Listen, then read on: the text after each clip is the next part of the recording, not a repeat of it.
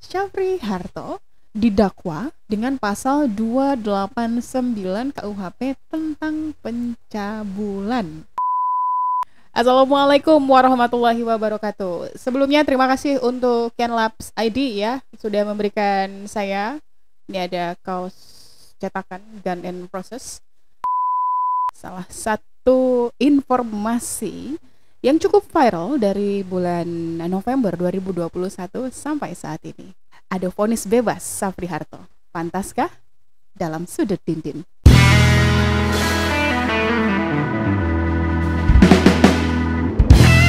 Baik, sebelum kita memulai atau juga sebelum kita membedah, mari kita coba untuk merunut permasalahan dari Pak Syafri Harto. Sebelum itu saya terima kasih dulu ya, karena Pak Syafri Harto merupakan salah satu penguji tesis saya. Jadi merupakan salah satu dosen yang cukup kompeten menurut saya di saat itu. Jadi cukup disayangkan ketika pemberitaan tersebut keluar. Dan kalau kita runut, seperti apa sebenarnya awal mula permasalahan dari Pak Syafri Harto ini ya? Di tahun 2021, tepatnya 4 November, jadi ada sebuah video yang diupload oleh salah satu akun Instagram, kita sebut saja Komahi_UR ya. Di kala itu, ini ada uploadan tentang salah satu seorang siswi, ini jurusan hubungan internasional, yang kemudian mendapatkan kejadian tidak mengenakan. Jadi buntut dari uploadan akun tersebut atau juga uploadan video tersebut, akhirnya Syafri Harto dilaporkan ke Polresta Pekanbaru. Dan mahasiswa UNRI pun mulai berdemo kala itu ya, untuk menonaktifkan Syafri Harto dari jabatannya, baik selaku dekan FISIP atau bahkan selaku seorang dosen. Kemudian ada beberapa hal yang menjadi pertanyaan publik ketika Syafri Harto mulai angkat bicara terkait dengan tuduhan tersebut. Bahkan Syafri Harto sempat nih menuntut mahasiswi yang sudah menudingnya melakukan tindakan pelecehan seksual kepada wanita. Dan kala itu Syafri Harto mengaitkan dengan politisasi terkait dengan pemilihan rektor. Ya kita tahu, jika orang dalam tahu, memang Syafri Harto merupakan salah satu kandidat terkuat selaku rektor Universitas Riau ya. Lalu setelah dilaporkan, jadi rentetannya adalah ketika video tersebut mulai diupload, viral, dibahas di mana-mana, sampai akhirnya seluruh Indonesia tahu apa yang terjadi pada Universitas Riau. Lagi-lagi ini merupakan sebuah pencorengan nama baik tentu saja ya. Kita tahu ya, kalau sudah ya namanya netizen atau namanya orang di luar sana yang melihat atau juga mendengar hanya melalui medsos, tentu membayangkan bahwasanya wah, ada apa dengan Provinsi Riau ini? Ada apa dengan dosen-dosen Provinsi Riau ini? Kan seperti itu ya. Tapi Syafri Harto masih tetap belum dinonaktifkan sampai akhirnya setelah ditetapkan sebagai tersangka kasus pelecehan seksual. Ini kemudian BEM UNRI sempat mendesak rektor untuk memberhentikan Syafri Harto. Nah, Direktur Reserse Kriminal Umum Ditreskrimum Polda Riau kala itu ya menetapkan Syafri Harto menjadi tersangka kasus dugaan itu di tanggal 18 November 2021, selang 2 minggu setelah akun Instagram Komahi_UR mengupload video tersebut. Nah, terkait hal tersebut, di hari yang sama, Ketua Badan Eksekutif Mahasiswa Universitas Riau, Kaharudin, kala itu mendesak rektor dan pihak kampus bersikap tegas terhadap dekan FISIP Syafri Harto yang telah ditetapkan sebagai tersangka. Meski berstatus tersangka, Syafri Harto ternyata belum dipecat dari jabatannya. Dan jadi memang disebutkan oleh tim pencari fakta, ini Sujianto sekaligus Wakil Rektor Bagian Umum dan Keuangan UNRI kala itu menjelaskan pihaknya belum dapat menonaktifkan Syafri Harto dari jabatan dan Fakultas Ilmu Sosial dan Politik kampus tersebut. Akhirnya Rektor UNRI kala itu ini meminta Kemendikbud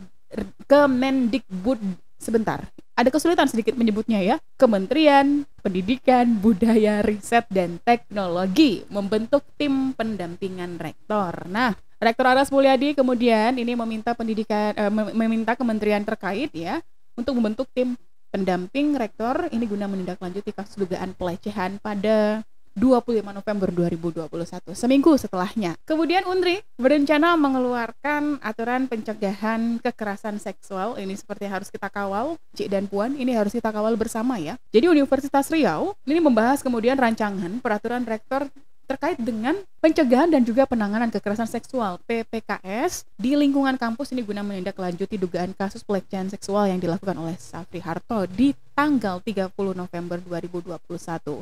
Jadi Sujianto ini mengatakan pihaknya menyusun panitia seleksi untuk membentuk satuan tugas PPKS di lingkungan kampus. Nah, jadi untuk Cik dan Puan, apakah Anda alumni Unri atau Anda saat ini sedang berkuliah? Mungkin bisa komentar di bawah ini seperti apa sebenarnya motor ini bersuara.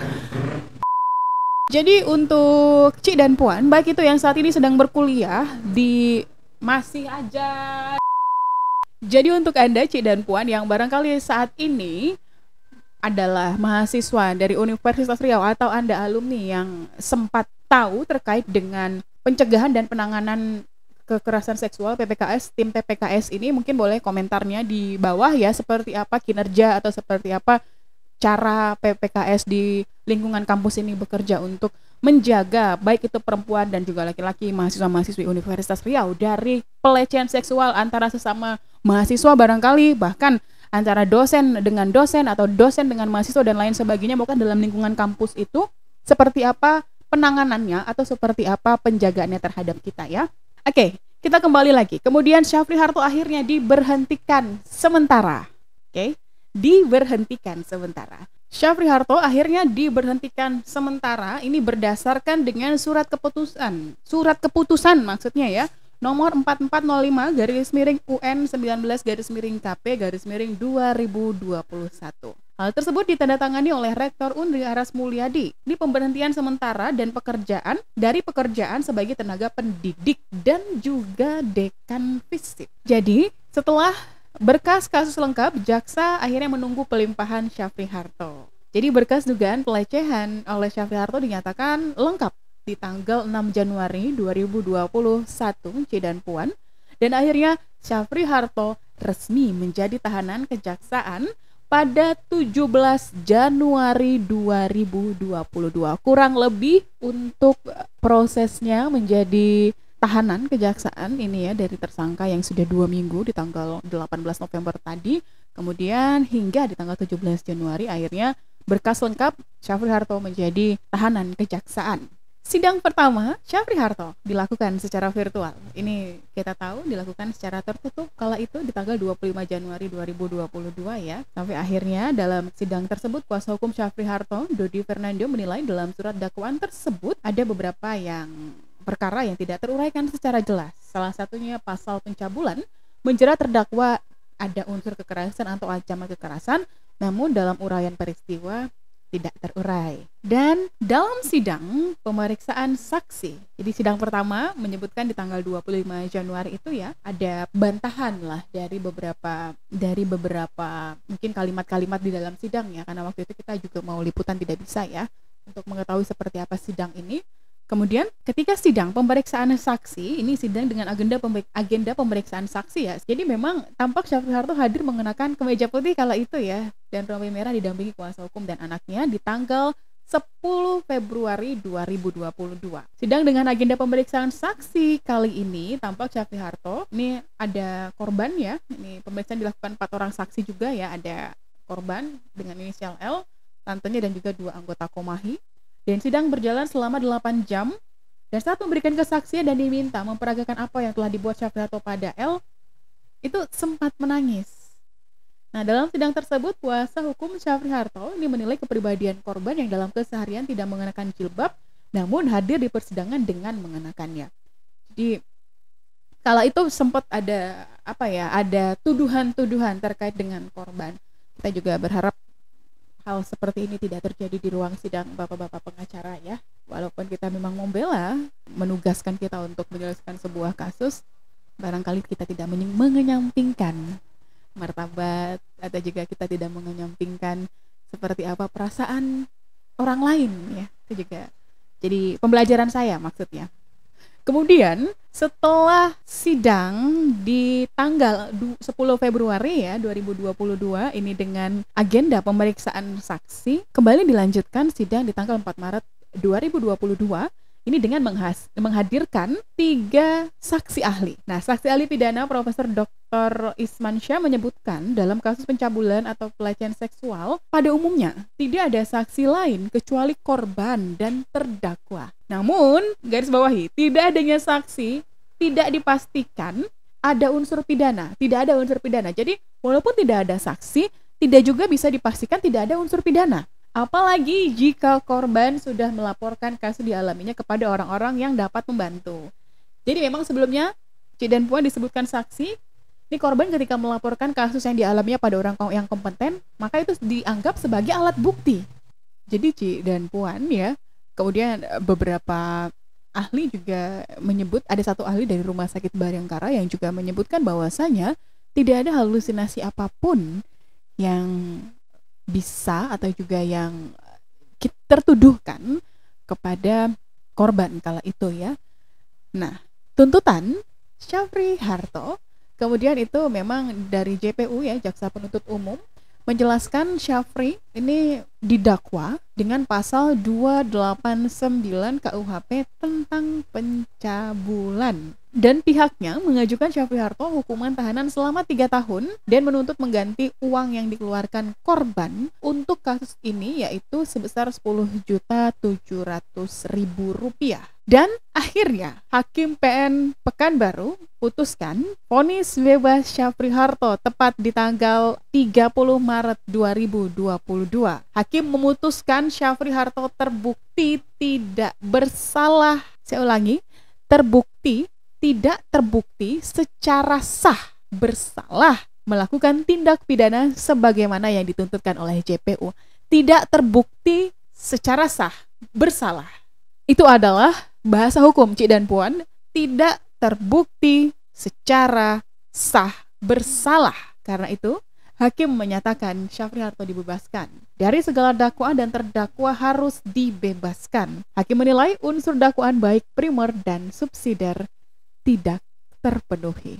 Jadi Cik dan Puan, tepat di tanggal 30 Maret 2022, perdana dilaporkan di seluruh pemberitaan bahwasanya kasus yang sempat membuat gempar seluruh negeri ya di kasus pendidikan, bahkan ketika itu bermunculan beberapa laporan-laporan dari mahasiswa atau juga mahasiswa yang merasa dilecehkan dan lain-lain sebagainya juga sempat muncul kala itu ya JPU. Jadi ketika pengadilan negeri Pekanbaru menetapkan bahwasanya Syafri Harto tidak bersalah, JPU itu mengajukan kasasi hingga ke tingkat MA. Jadi pertanyaannya adalah kenapa Syafri Harto baru bisa bebas 3 bulan kemudian?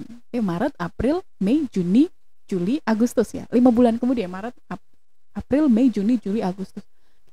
Ini ada informasi dari Tempo.co yang MA bebaskan ex-dekan Visip Unri dari kasus dugaan pencabulan.